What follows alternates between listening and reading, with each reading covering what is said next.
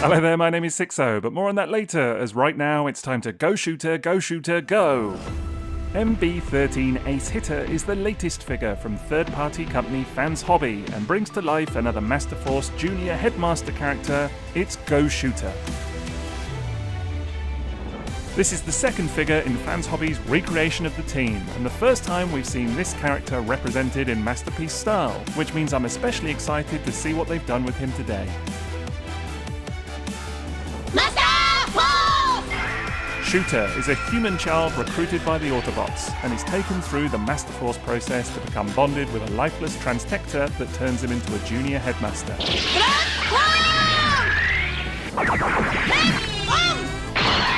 Now known as GoShooter, the character becomes an important part of the war with the Decepticons, although it takes him a little while to learn the new skills required.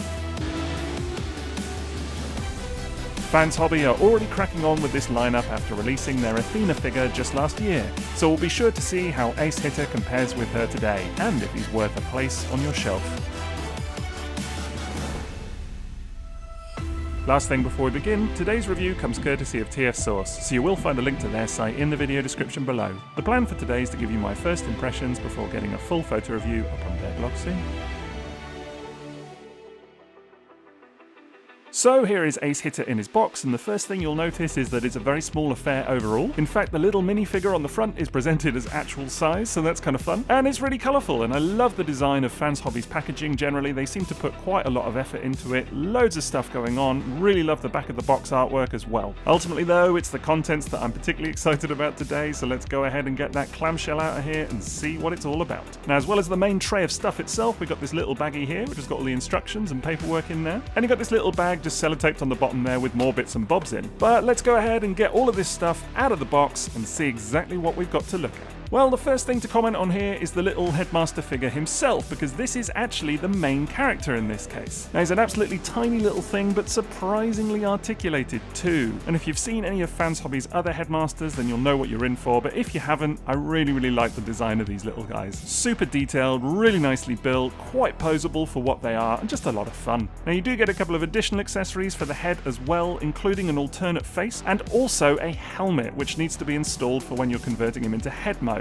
Now, I will say that the parts forming aspect is a little bit of a turn off, and it's a shame that when you've got the headmaster figure turned round, you can see a whopping great big face on his back, but still, it's okay. Besides, the transformation itself is really very simple. You just fold his legs up and stick that helmet on here, and then the head looks superb to my eye. Really nice design on this thing overall. I think fanshobby have done a great job with it. Also included in the box are two guns, which are folded up like so for storage, so you just want to flip the top over there, fold the little handle out, and jobs are good. Then you've got these instructions, which look rather intimidating to begin with, although I have to say they're actually not so bad once you get into the detail of it. It's just that fanshobby have really gone to town to make sure everything is covered. There's also a character card for people that like that kind of thing, and then there's a set of optional stickers, just like we saw with their previous release Athena. And there's quite a few details to enhance the look of the toy overall, a couple of little license plates, some details for the interior of the car, which is actually most of it I think, and then some elements for the robot mode as well. Entirely up to you if you want to put these on. I'll be doing it at a later date. Then of course you've got the toy itself, and before we can examine that, there's a very important part of the process to do.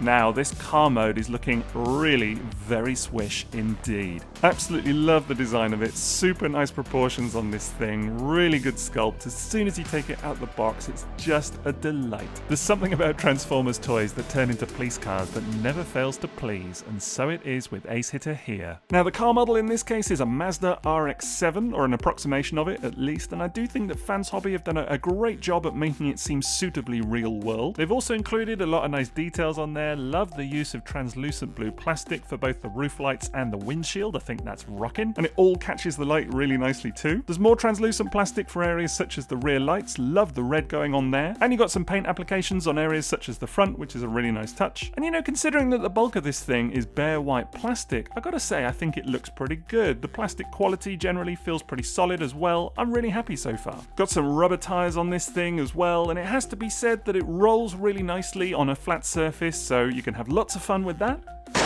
But then of course we'd be remiss if we didn't talk about those tampos, particularly the very prominent police decal adorning the bonnet. I think it looks spectacular. Now I know that Fans Hobby actually delayed this figure slightly because they weren't happy with the finish and how it had come out, and I think the results here speak for themselves because honestly this toy looks fabulous. I think they've done a great job with these decals, really nice and striking, certainly adds something to the look of this thing overall, just breathtaking. Now there are some gimmicks to be had here as well, because he actually features a set of pop-up headlights in a bit of a twist. Now these are much easier to deploy than on some other recent examples we've seen, you just use your fingernail to pry those up. But I will say the one side on mine droops ever so slightly, so that's a little bit disappointing. The other one seems absolutely fine and rock solid, it's just a shame they're not both like that. Still, it's not the end of the world, and I've got to say, I do really love the look of this thing with those headlights deployed. It really adds a little something visually, and it's a bit of fun as well, isn't it? Next up, there is a bit of weapon storage for his two guns. They just pop in the back on a couple of little pegs on either side of his arms. It is rather fiddly to get them in there though, it's got to be said. Especially as it's impossible to do when the thing's in car mode. You would need to de-transform him slightly in order to achieve it. There is also storage for the little helmet section from the headmaster though, so that's kind of cool. Nice to know it goes somewhere. And speaking of the headmaster, you've then got this toy's main play value, which is if you prise up the little cockpit section like so, you can actually go ahead and store the headmaster inside. Now there is a little car interior to speak of here, although it doesn't look like any realistic Mazda you might imagine. It's a direct recreation of the animation from the Masterforce cartoon, and you can just go ahead and pop little shooter right in there. A little bit fiddly to get him in there, but quite secure once he's done, and then you can even fold down the windshield to kind of complete the look,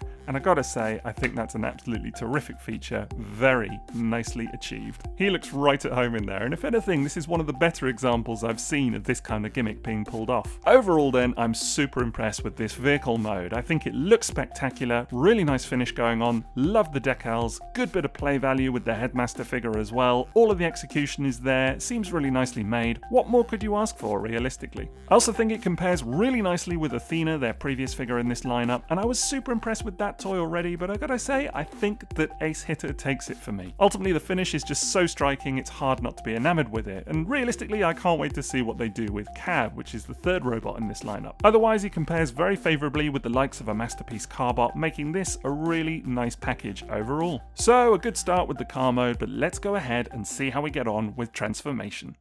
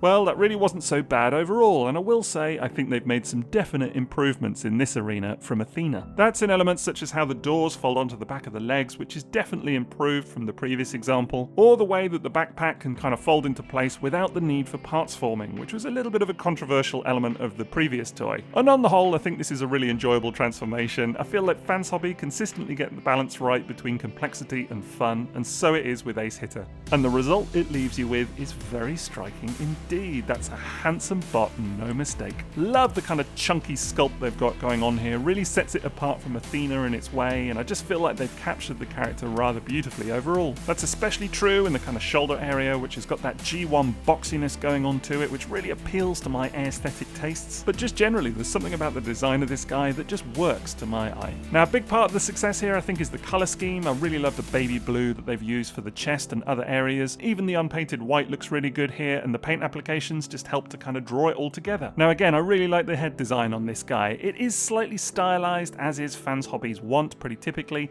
but again, I think it's successful for the character. The chest area has some paint applications going on, but overall I really like how simple they've kind of kept the design here. I think it works. And again, that shoulder solution feels like a bit of a step up from Athena as well, because although they are still on little armatures which keep them separate from the main body, they feel a little bit more integral to the overall design. Love how compact the backpack is here. It's fairly non-existent and again quite accurate to the source animation, and overall I think that Fans Hobby have done a really good job at cleaning this guy up and making him look very kibble-free overall. Now, one area I'm less keen on is the feet. They look absolutely fine, but they just seem to have a bit of a habit of being slightly too fiddly for my tastes. And I will say that between the legs and the ankles, I wish that some of the joints here could just be a slight touch tighter than perhaps they are. They're not loose by any means, but there's just a slight feeling of a lack of tightness going on there. I just wish that maybe it was ramped up slightly. And although he will hold a pose fairly nicely, I did find that he had a habit of toppling backwards sometimes as well. In terms of articulation though, you've got loads going on, very freely moving shoulders, again with those little panels being independent to everything else. You've then got a bicep swivel and about a 90-degree bend at the elbow. You've got a wrist swivel and articulated hands, although I have to say the design of them I do find a little bit awkward. I just think it's hard to get them posed in a way that looks natural, if anything. Otherwise, the waist is on a big ball joint, so you've got an ab crunch and waist swivel all built in there. And then decent range at the legs with the hips and the knees, both going to 90 degrees fairly unimpeded. You even get a decent range of motion in the feet with ankle, tilt and ball joint motion going on as well. Then you just want to go ahead and plug his guns into his hand, which can be a little bit tight to do. Alternatively, you can leave them on his hips, kind of holstered as well, so that looks cool. And I gotta say, I do think that Ace Hitter looks really something when he's posed up like this. Again, it's a very stylized look for the character, but I love what Fans Hobby have done with it. I think it looks fantastic overall. And whilst I will say that I continue to have a couple of quibbles about the stability of this toy, and I do wish that some of the joints were just a little bit tighter,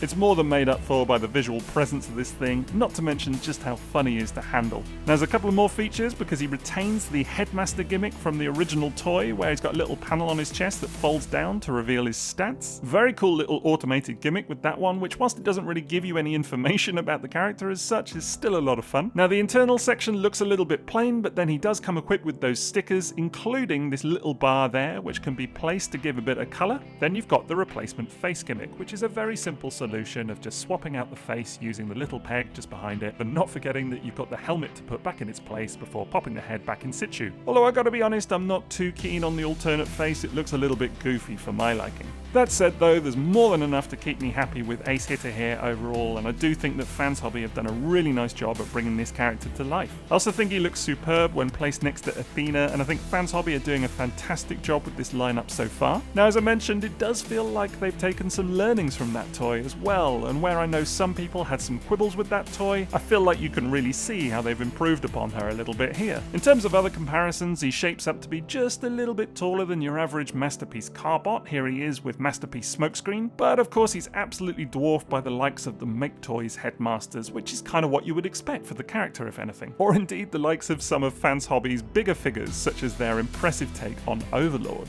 Generally speaking then, there's a lot to like here, and I'm super happy with Ace Hitter overall. This is a toy I've been looking forward to for quite a while now, and it doesn't disappoint. For me, today, it's definitely a 2. Now, as I've already mentioned, this review comes courtesy of TF Source. You will find a link to their site in the video description below. Also in today's video description, you'll find a link to my Patreon, where you can get loads of perks in exchange for supporting me. Big shout out to all the people that do so already. Otherwise, that's it from me, so don't forget to drop me a like if you enjoyed today's video, and have a great rest of your day. TTFN.